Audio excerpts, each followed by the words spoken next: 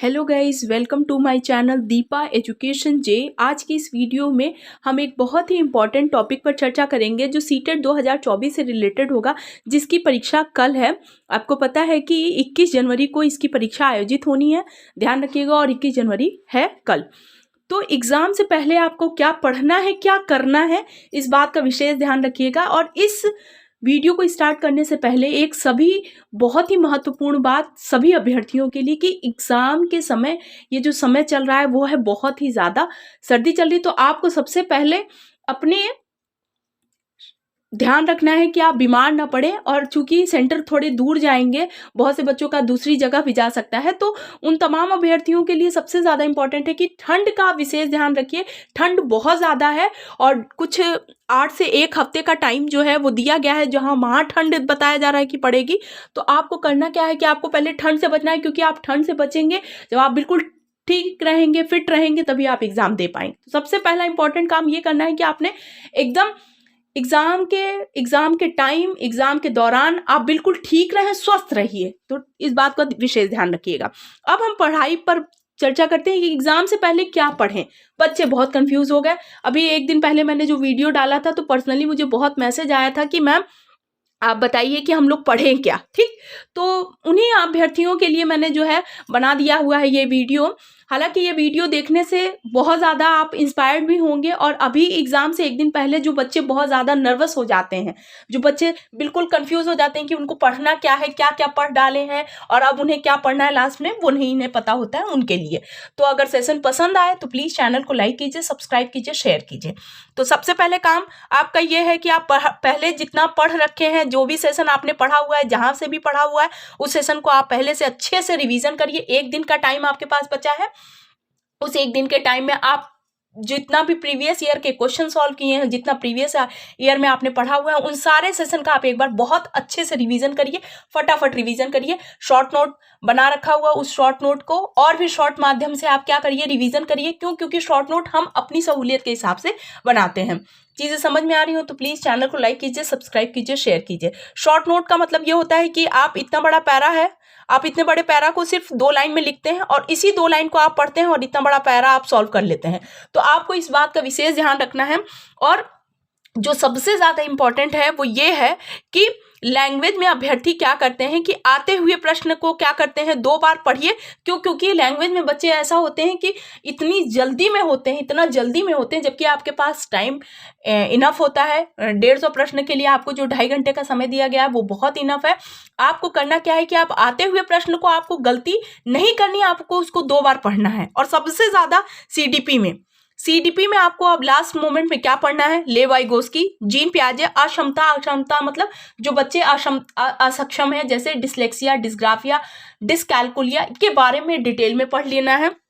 विकास के बारे में, विकास से 1 से 2 प्रश्न आपकी परीक्षा में पूछे जाते हैं। और सबसे ज्यादा इंपॉर्टेंट देखिए, मैंने यहाँ पे लिखा दिया हुआ है कि इंटेलिजेंस से संबंधित जितने भी प्रश्न हैं वो सारे प्रश्न आपको कर लेने हैं। और ये सारे प्रश्न आपकी परीक्षा के लिए बहुत इंपॉर्टेंट है। तो सभी प्रश्न आपके इंटेलिजेंस से, बुद्धि से, विकास से, अक्षमता से, जीन पियाजे की थ्योरी से और लेव वाइगोस्की की थ्योरी से प्रश्न आपके समझ लीजिए, इसी से आपके 10 प्रश्न पूछेंगे। इन्हीं टॉपिक से आपके 10 प्रश्न पूछ लिए जाएंगे।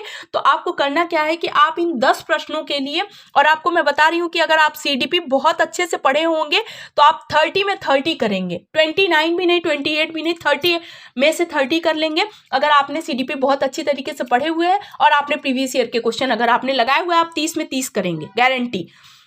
अब लेव वाइगोस्की से प्रश्न हर साल 1 या 2 प्रश्न पूछे जाते हैं। वहीं पर जीन पियाजे की थ्योरी से आपके 2 प्रश्न पूछे जाते हैं। वहीं पर विकास से 1, इंटेलिजेंस से और अक्षमता से प्रश्न हमेशा हर बार परीक्षा में पूछा जाता है। मैंने आपको पहले भी वीडियो में बताया था कि सीटेट का सिलेबस बिल्कुल फिक्स्ड है, लिमिटेड सिलेबस है, उसी सिलेबस से आपसे प्रश्न पूछा जाता है। तो आई होप आपके लिए वीडियो बहुत ज़्यादा यूजफुल होगी। जो भी व्यूअर्स इस चैनल पर नए हैं, मेरी मेहनत पसंद आ रहा हो तो प्लीज़ चैनल को लाइक कीजिए, सब्सक्राइब कीजिए, शेयर कीजिए। आगे है कि आते हुए प्रश्न को भी आपको 2 बार पढ़ना है, कम से कम 2 बार। आप आते हुए प्रश्न को भी ऑप्शन देख के क्या करते हैं, जल्दी में होते हैं और आप टिक कर देते, नहीं, आपको ये गलती नहीं करनी है। ऑफलाइन पेपर है, आपने एक बार OMR भर दी, उसके बाद आपको OMR में किसी तरह का कट पिट नहीं करना है। क्यों? क्योंकि फिर वो आगे चल के बच्चे बहुत परेशान होते हैं, वो चीजें आपको नहीं करनी है। आपको कम से कम क्या होता है कि जब आप क्वेश्चन को 2 बार पढ़ते हैं, उसमें नहीं वाले प्रश्न जो होते हैं उनको आपको पहले बिल्कुल ऐसे अंडरलाइन कर लेना है। क्यों? क्योंकि उससे क्या होता है कि आप नहीं वाले प्रश्न में क्या होता है कि आप नहीं पर ध्यान ही नहीं देते हैं। तो आपको नहीं वाले प्रश्न में ऐसे फटाफट ऐसे अंडरलाइन करके आपको क्वेश्चन को 2 बार पढ़ना है। क्वेश्चन को 2 बार पढ़ने से आपके गलती करने के जो चांस होंगे वो कम होंगे या बिल्कुल नहीं के बराबर हो जाएंगे।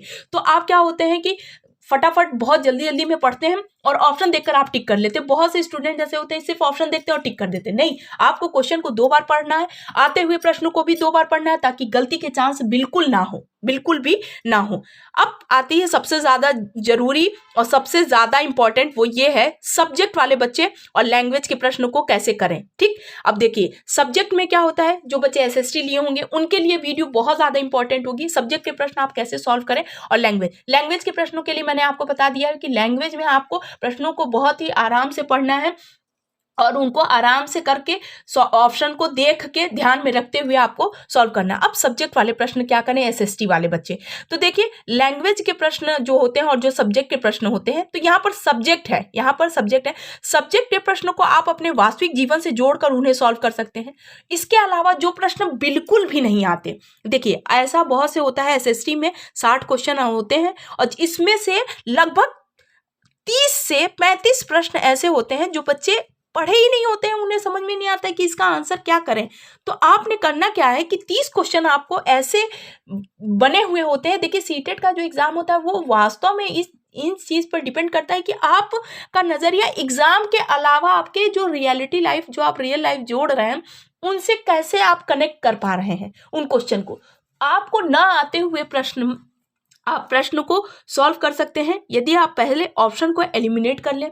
अगर 4 ऑप्शन हैं, 4 ऑप्शन होते हैं, 4 ऑप्शन में अगर आपने 2 ऑप्शन को भी आपने एलिमिनेट कर लिया, तो सिर्फ 2 ऑप्शन में आपको देखिए कि जो क्वेश्चन दिया हुआ, जो ऑप्शन दिया हुआ है, उसको आप अपने वास्तविक जीवन से जोड़ कर रखिए। जब भी प्रश्न, इस तरह के प्रश्न हमेशा एक शिक्षिका अपने क्लास में या एक शिक्षक अपने क्लास में ऐसी बात करता है, तो आप उस जगह पर अपने आप को रख के देखिए कि अगर आप उसकी जगह पर होते और आपसे ये प्रश्न पूछा जाता तो आप क्या करते। डेफिनेटली बता रही हूं कि 80% ऐसा चांस होगा कि आपके क्वेश्चन पूरी तरीके से सही हो जाएंगे। तो आपको करना क्या है कि सब्जेक्ट के प्रश्न में आपको, यहाँ साइंस और मैथ की बात नहीं हो रही है क्योंकि मैथ्स में आपके थ्योरी बेस्ड भी क्वेश्चन होते हैं, साइंस में भी आपके थ्योरी बेस्ड पे क्वेश्चन, लेकिन SST का जो प्रश्न होता है वो थ्योरी बेस्ड पे नहीं होता, इसीलिए मैंने यहाँ पर SST वाले बच्चों के लिए बात की है। तो ध्यान रखिएगा, SST वाले बच्चों के लिए आपको वो जो 30 प्रश्न, जो प्रश्न आपको नहीं आ रहे हैं, 25 प्रश्न आपको नहीं आ रहे हैं, आपको समझ में नहीं आ रहा है कि आपने कहाँ से पढ़ा, आपने सिर्फ करना है कि 4 ऑप्शन में पहले आप ऑप्शन को एलिमिनेट करिए।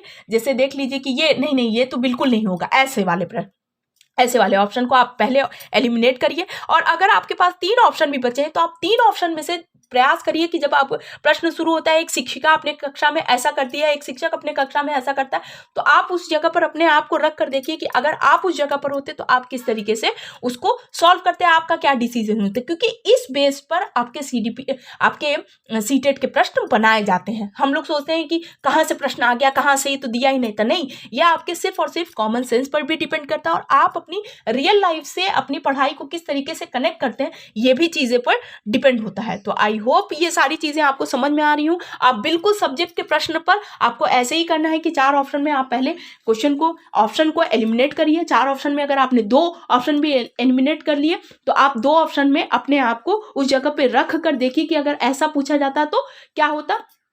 80% आपके क्वेश्चन पूरी तरीके से क्या हो जाएंगे, 80%। अब 20% जो है वो एक्सेप्शन वाली भी चीजें होती हैं, तो आप ध्यान रखिएगा 80% होगा कि आपका क्वेश्चन क्या हो जाएगा, सही हो जाएगा। और यहाँ पर एक नंबर, 2 नंबर भी बहुत मायने रखते हैं। तो आई होप आपके लिए वीडियो बहुत ज्यादा यूजफुल होगी।